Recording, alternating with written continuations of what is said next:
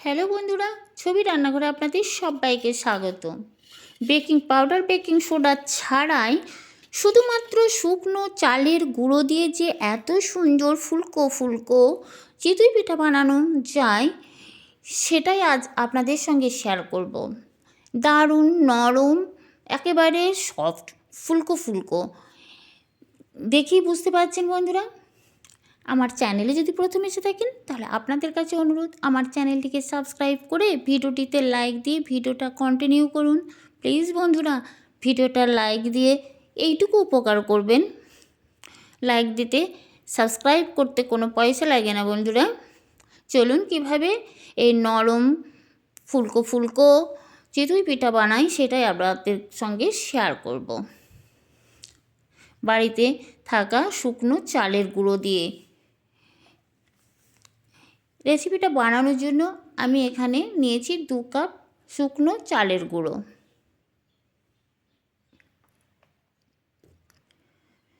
আপনারা আপনাদের প্রয়োজন মতোই নেবেন। দেব পরিমাণ মতো লবণ। এখানে আমি নিয়েছি হালকা উষ্ণ গরম জল, যেটা আঙুল ডুবিয়ে সহ্য করার মতো। আর কোনো কিছু উপকরণ লাগবে না বন্ধুরা।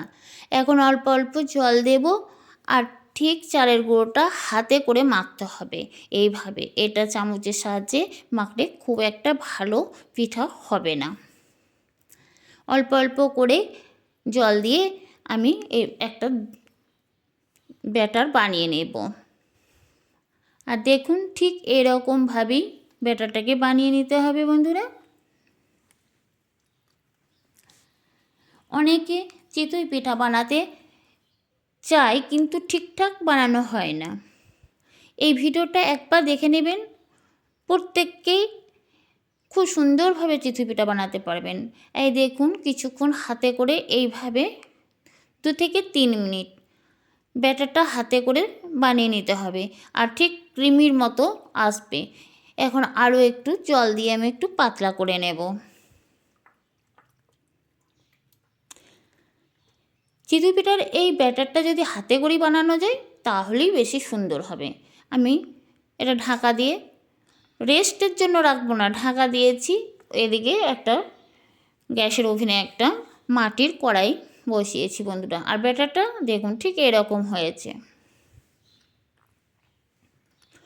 আপনারা চাইলে বাড়িতে লোহার কড়াই কিংবা ঢালাইয়ের কড়াইয়েও এই পিঠা বানাতে পারেন।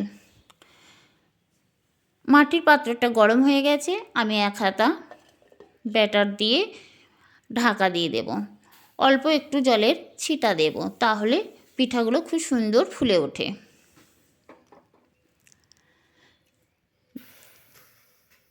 ঠিক একইভাবে আবার আমি পিঠা দিয়েছি। এই দেখুন বন্ধুরা, কত সুন্দরভাবে ফুলে উঠেছে। আর কোনো চাপ দিতে হবে না, অনায়াসে পিঠাটা পাত্র গা থেকে উঠে আসে।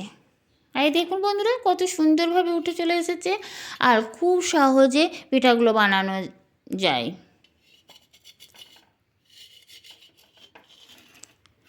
আমার এই পিঠার রেসিপি যদি ভালো লেগে থাকে বন্ধুরা, চ্যানেলটা সাবস্ক্রাইব করে আমার পাশে থেকে যাবেন। আমার পিঠাগুলো বানানো হয়ে গেছে। এই দেখুন কত সুন্দর হয়েছে পিঠাগুলো, আর খেতে অসাধারণ লাগে বন্ধুরা। গাছের টাটকা খেজুর গুড়ের সাথে এই পিঠা দারুণ লাগে। গ্রামে এখন খেজুর গুড় তো পাওয়া যায় বন্ধুরা। আমার এই ভিডিওটা কেমন লেগেছে অবশ্যই কমেন্ট করে জানাবেন। ভালো লাগলে লাইক কমেন্ট শেয়ার করবেন। আবার দেখা হবে পরের ভিডিওতে। আল্লাহ হাফেজ।